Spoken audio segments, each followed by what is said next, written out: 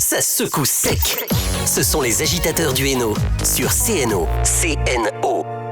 De retour sur CNO. Bonjour Lydie. Bonjour. Ravie de vous recevoir. Merci. Vous êtes chef de projet accueil durable et bénévole de la Sauvegarde du Nord. Oui, tout à fait. Alors moi, je vais vous demander de vous présenter dans un premier temps. D'accord. Donc effectivement, je m'appelle Lydie Vexten, je suis chef de service à la Sauvegarde et je pilote entre autres le dispositif accueil durable et bénévole. Alors, qu'est-ce que la Sauvegarde du Nord et depuis quand existe-t-elle ? Alors, l'association de la Sauvegarde du Nord est une grosse association qui est implantée sur tout le département du Nord, qui a été créée en 1957 et aujourd'hui, c'est pratiquement 1700 professionnels qui accompagnent 39 000 personnes environ. On a 5 pôles à la Sauvegarde, le handicap, la dictologie, l'inclusion sociale, la santé et la protection de l'enfance qui nous concerne aujourd'hui. Aujourd'hui, la protection de l'enfance, accueil durable et bénévole. Donc aujourd'hui, nous allons évoquer donc cette branche-là. Et qu'est-ce qui en fait l'accueil durable et bénévole ? Alors, l'accueil durable et bénévole est permis par la loi de 2016 qui réforme la protection de l'enfance et qui permet à des tiers, ou pas d'ailleurs, d'accueillir des enfants chez eux, donc qui font partie de l'entourage de l'enfant ou pas. Ce sont donc des familles d'accueil. Vulgairement parlant, c'est ça, quoi. C'est une famille d'accueil. C'est une famille d'accueil, mais pas au sens où on l'entend, puisque en France, l'accueil familial est une profession. Là, ce ne sont pas des professionnels, ce sont des bénévoles. Et ils n'accueillent pas les mêmes enfants. D'accord. Moi, je voudrais savoir sur quel territoire cette action s'inscrit-elle, autre que Valenciennes ? Alors, elle se déploie sur tout le département. Alors, à la création, donc c'était en 2021, on est 2 associations, la SPREN, qui se déploie sur la métropole, les Flandres, le Dunkerquois, et nous, la Sauvegarde du Nord, sur Douai, Cambrai, Valenciennes, Maubeuge, Avesnes. D'accord, donc sur plusieurs territoires Tout à fait. Hein. Et donc les familles qui accueillent les enfants, ce sont des enfants en rupture familiale ? Oui, il y a plus de contact avec les parents, ou très peu. En tout cas, c'est des enfants qui ont un statut particulier. Ça n'a rien à voir avec de la délinquance. Non, pas du tout. Non, c'est en dehors de la délinquance, ce sont des gamins qui sont en rupture familiale seulement.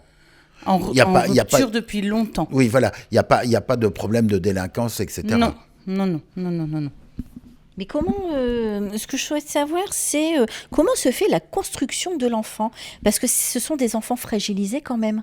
Oui, alors l'accueil durable et bénévole permet à un enfant de profiter d'un lien familial, un tuteur en fait. Moi, c'est un peu toujours le comparatif que j'utilise. Ce tuteur là où l'enfant va venir s'accrocher dans la famille, effectivement. Et une famille qui veut accueillir donc bénévolement des enfants chez eux, comment, je veux dire, elle vous contacte Oui, alors on a un numéro de téléphone, on a aussi une adresse mail, donc on nous contacte.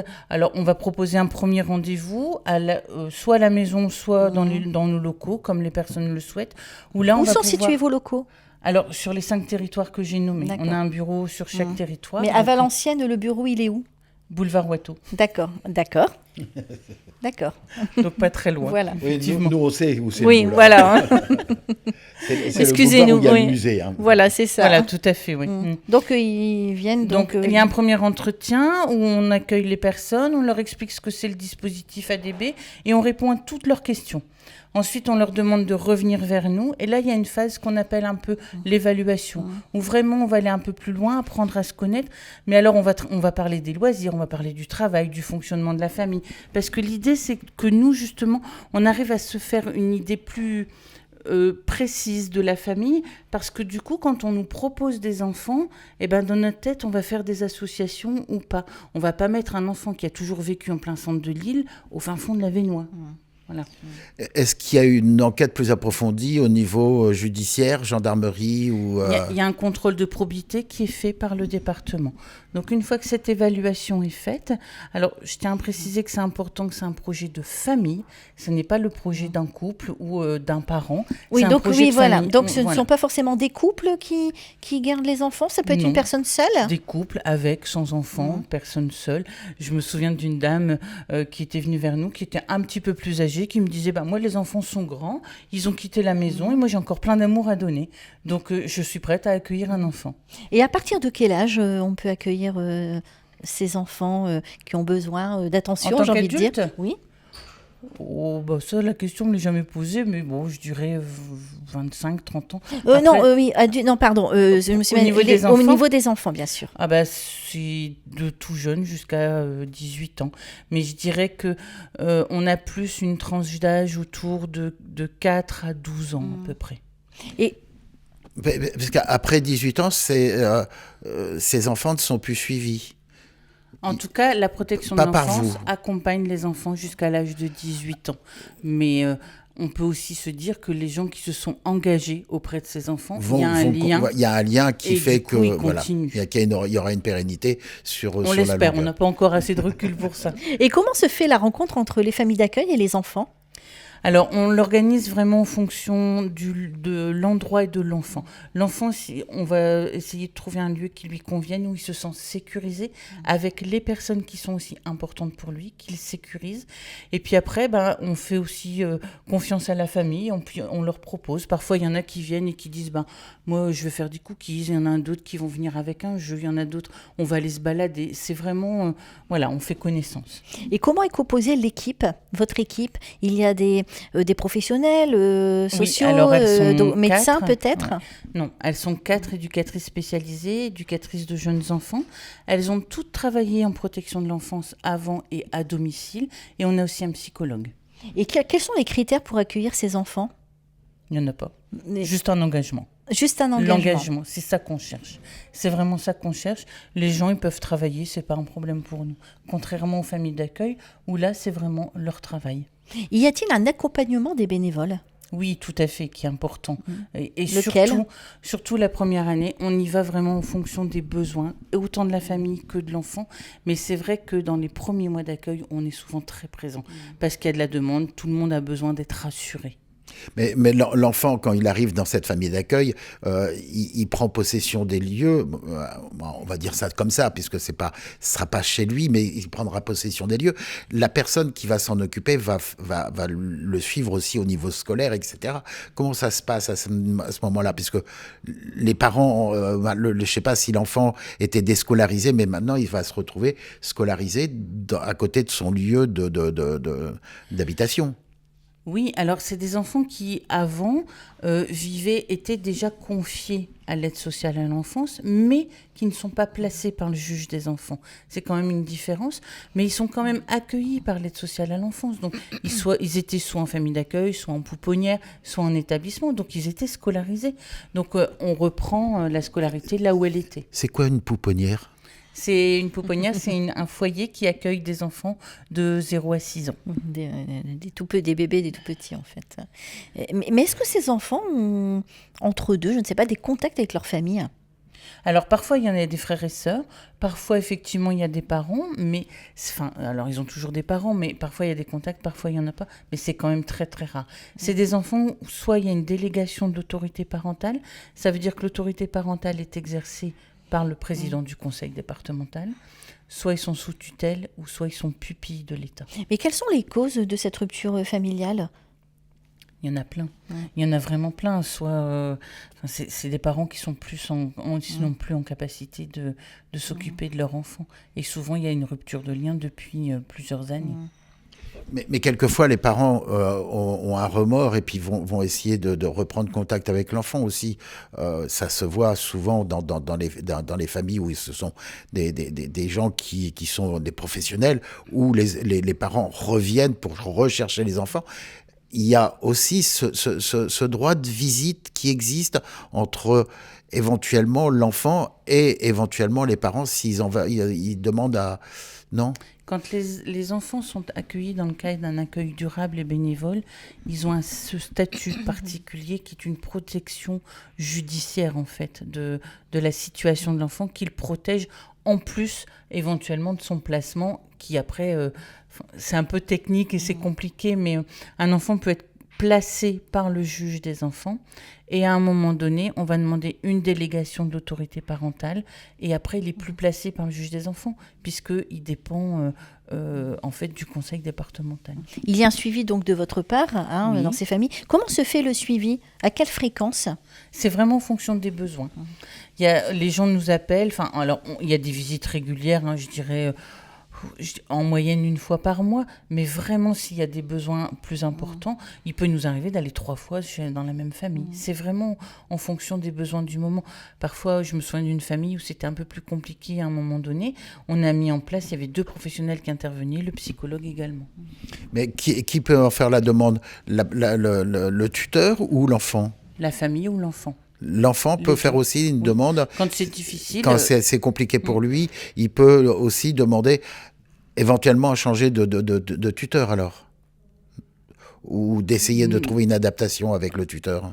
On essaye de faire en sorte que ça fonctionne. J'ai pas assez de recul pour... on n'a jamais été confronté à ce genre de situation. Tant et mieux. j'espère qu'on ne le sera pas. Tant mieux. Mais est-ce qu'il y a des échecs parfois? Ça peut arriver, malheureusement. Et Ça peut comment les arriver. gérez-vous? Alors, on accompagne au mieux la famille, au mieux l'enfant. Et puis, souvent, il y a un retour à l'aide sociale à l'enfance. Et donc, après, on essaye de prendre le temps de comprendre, de décortiquer.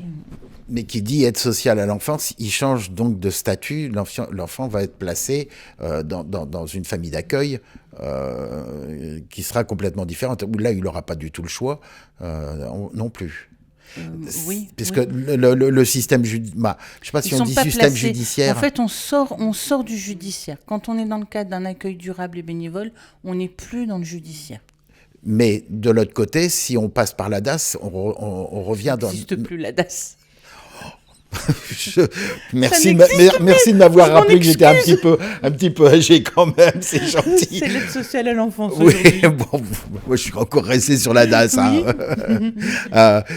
Donc si l'aide sociale à l'enfance, là c'est le système judiciaire qui rentre en non. Non. Plus. En fait, c'est un enfant, dans tous les cas, du début à la fin, et quelle que soit la situation dont on est en train de parler dans le cadre de l'ADB, ce sont des enfants qui sont confiés à l'aide sociale à l'enfance. D'accord ? Et donc, l'aide sociale à l'enfance fait le choix de proposer à cet enfant un accueil durable et bénévole, ou qu'il soit accueilli dans un établissement collectif ou dans une famille d'accueil professionnelle. Ils ont le choix en fait. C'était ça le sujet de ma question, c'était le côté professionnel. On va pas dire que vous êtes des amateurs, puisque c'est pas des amateurs, ce sont des bénévoles. La différence entre un bénévole et un professionnel, voilà. Oui, tout à fait, oui. Donc, à l'inverse donc des échecs, est-ce qu'il y a des attachements? Ah bah oui. C'est ça qui est plus compliqué. Et c'est ce qui nous fait avancer. Bien sûr, il y a énormément d'attachement, il y a énormément d'engagement. Et oui, bien sûr. Surtout quand il y a une séparation où voilà, il faut partir et c'est compliqué pour les familles et pour les enfants également. Oui, mais il n'y a pas de raison de devoir se séparer si ça fonctionne. Voilà. Non, mais à la fin, mettons quand ils ont 18 ans, mais peut-être... Les familles peuvent faire le choix de continuer. D'accord. Comme si ou de c'était garder leurs des propres liens, enfants. éventuellement de garder des liens aussi. D'accompagner l'enfant sur le chemin de la D'accord. vie d'adulte comme leurs propres enfants. De toute façon, souvent, il n'y a plus de différence. Je reviens entre les deux situations.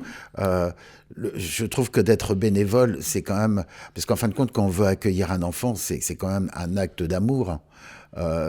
Si on est payé, c'est plus le même acte d'amour en fin de compte, parce qu'il y a aussi le côté financier. Donc, est-ce que vous êtes souvent préféré par l'aide sociale à l'enfance par rapport aux professionnels? En fait, ça dépend vraiment du projet de l'enfant et de son statut et de sa situation. Je suis incapable de répondre à votre question parce que c'est vraiment du cas par cas. La personne qui est chargée de piloter ce projet au niveau du département, elle dit on fait dans la dentelle en fait.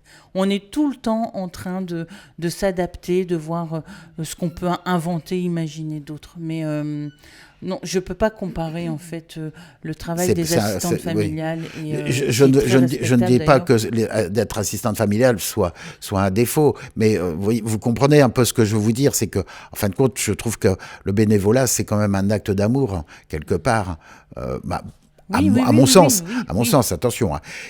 Combien à peu près d'enfants vous avez déjà chapeauté de cette façon-là sur l'ensemble du département avec les deux associations? Vous savez à peu près? Oui, je crois qu'on est une bonne centaine. Une centaine d'enfants Oui. de tout âge? Oui, de tout âge. Oui. Et il y a déjà donc des enfants qui sont sortis de ce système? Alors, qui sortent des statistiques et des chiffres parce qu'ils sont majeurs, en fait. Mais ça ne veut pas dire qu'ils sont plus au domicile des personnes. Non. Ça se Mais comprend oui. aussi, oui. Et est-ce que ces enfants, quand ils sont majeurs, ils deviennent autonomes? Oui, certainement. Nous, on n'en a pas encore eu chez nous. Sur notre territoire à nous, on n'a pas encore eu...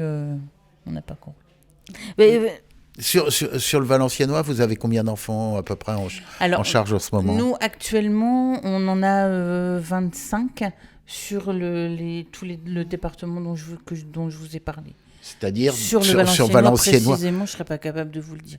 Ah, c'est Parce que sur c'est le pas sur le forcément- département Sur le sud du Douai, Nord. Cambrai, Valenciennes, ouais, voilà. c'est Le sud du Nord. Bah Vous avez oui, compris.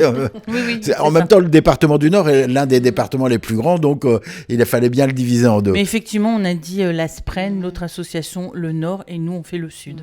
Voilà. Et mais alors, ces enfants, il y a quand même, comment dire, des exigences de leur part par rapport à ces bénévoles. Je sais pas, ils ont Comme des envies. Tout enfant, en fait. Oui, tout voilà, enfant. mais comment on fait pour y accéder?